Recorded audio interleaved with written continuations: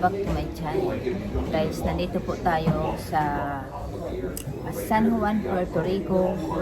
Ayan po, kararating lang po natin. At syempre po may hawak tayong ticket ngayon dahil po meron tayong gagawing excursion for today.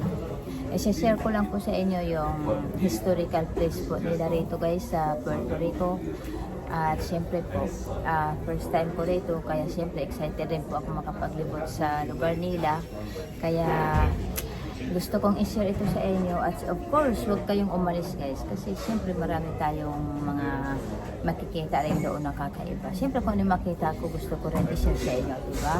So ayun lang guys ang masasabi ko. Stay tuned lang kayo. At kami ay palabas na po ng cruise ship.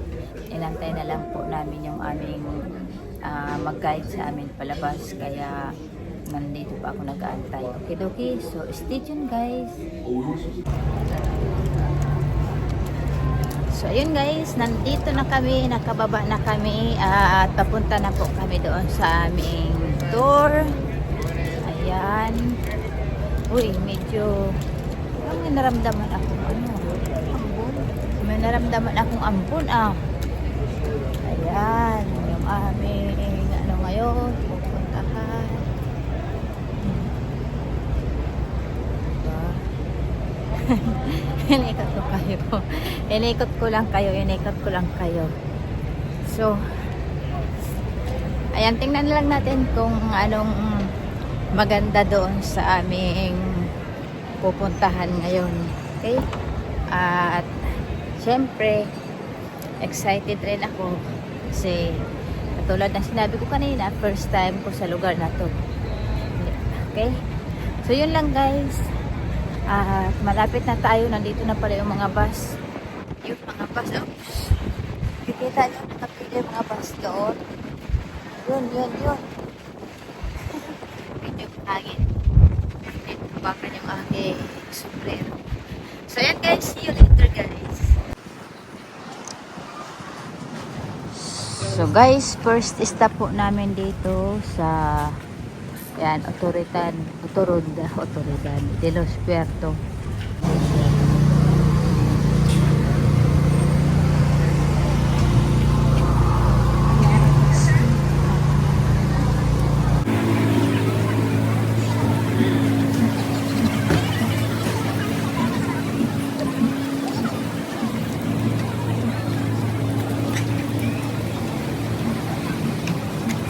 Over there. Later in the day, you're going to be having around in the plaza many artisans. So, after the tour is done, we are going to be finishing.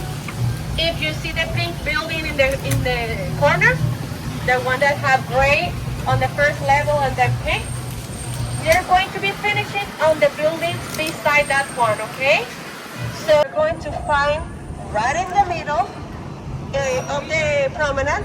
After you pass what you see like the two pillars, like the gray pillars in the middle. Right after that, there's a building that used to be the old prison, Antigua Prisión de la Princesa, that served as a prison for over 100 years.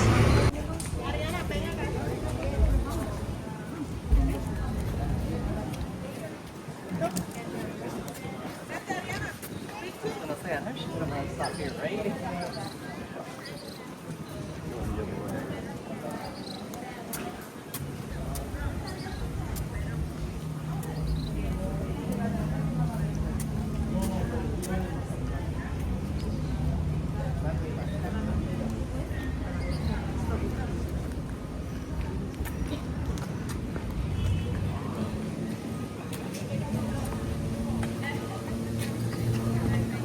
So over here we have first glance on top of the wall to the south part of the city, the area of the bay. Across from this area, the other side, that will be the town of Cadaño.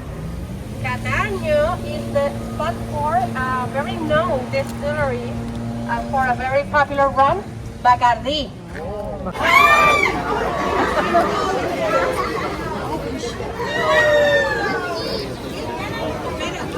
my goodness. Okay.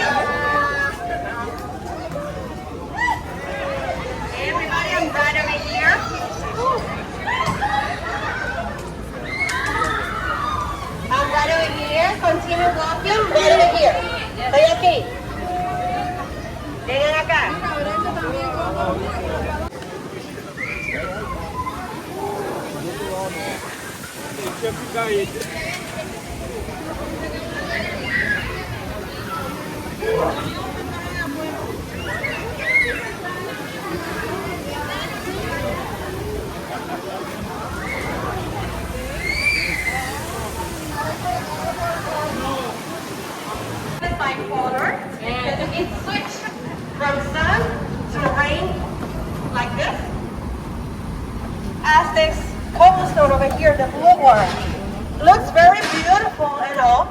When it rains, it can be slippery.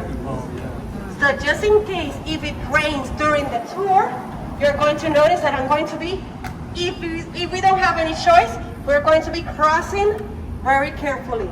If I have a choice, I'm going to be, like sideways, like going like zigzagging to prevent walking over these. I have seen people fall over the coastal. Not pretty, okay? Okay.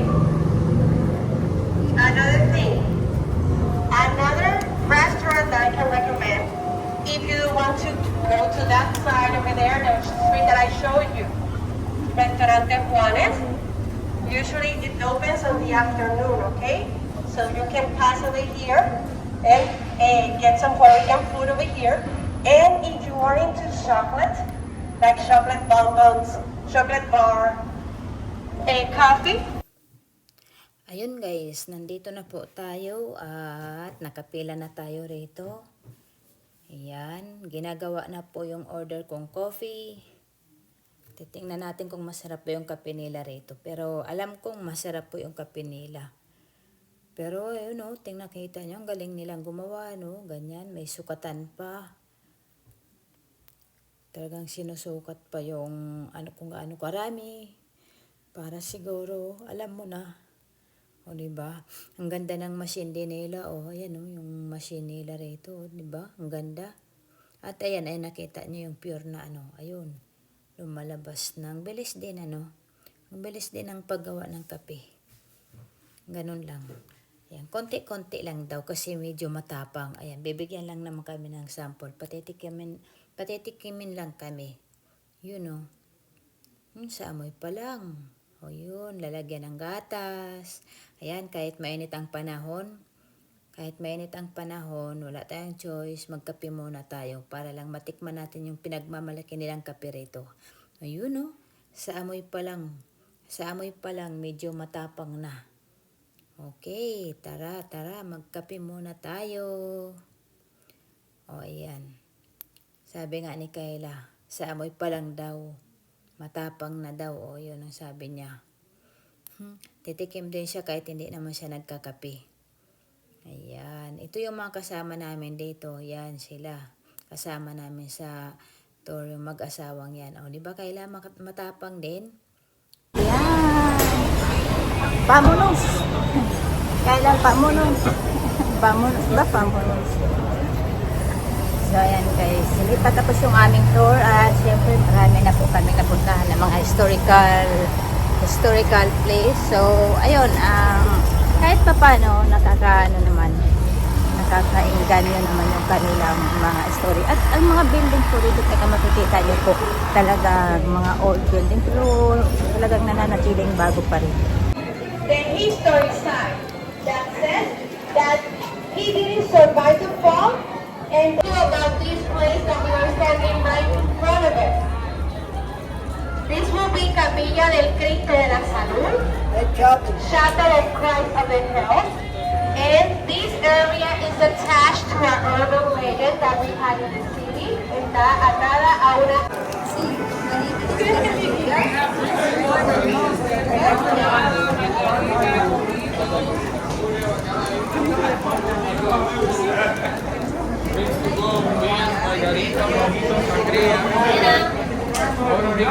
have Puerto Rican food. When you done that tour, we got the best local food.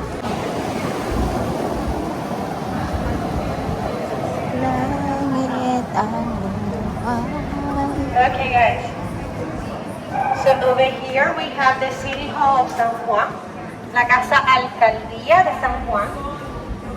this became the fifth city hall that we have around in the city, because when the city formed at the beginning of 15.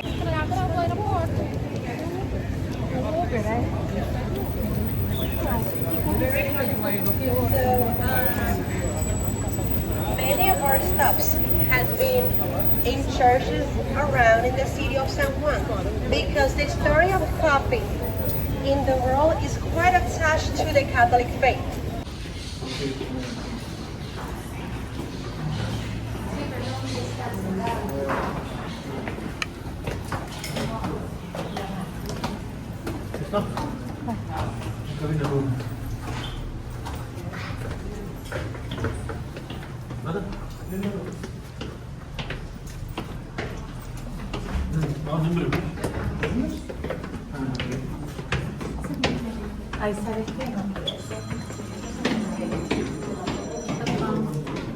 Ano to, parang libingan? Ha? Libingan tatay. Libingan ng mga ano.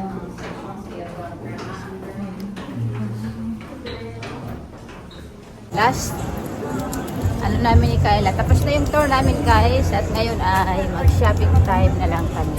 Last na namin to. And after days naming shopping, back to the ship na po kami. So ayan. Mamimili muna kami ng aming mga pasalubong and of course, aming mga souvenir.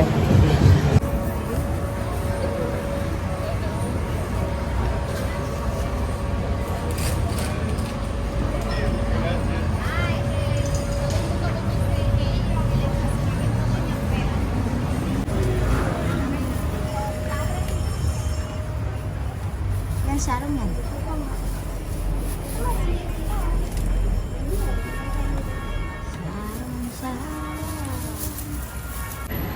Ayan guys, pabalik na po kami. Tapos na yung aming pamamasyal. At syempre po, ayan, dito na ako nagtatapos sa aking video na to. At syempre guys, sana wish ko lang na nagustuhan yung aking video. At kung napansin nyo po yung road po rito guys, ayan, in-explain ko po kanina yung road nila po rito. Madulas daw po talaga ito kapag tag-ulan. Pero, ayan o, yung pababa na road na yan. Yun. At, ang gaganda ng mga building dito, mga very, ano talaga yung mga building nila dito. Parang historical talaga siya. Diba? Ayun.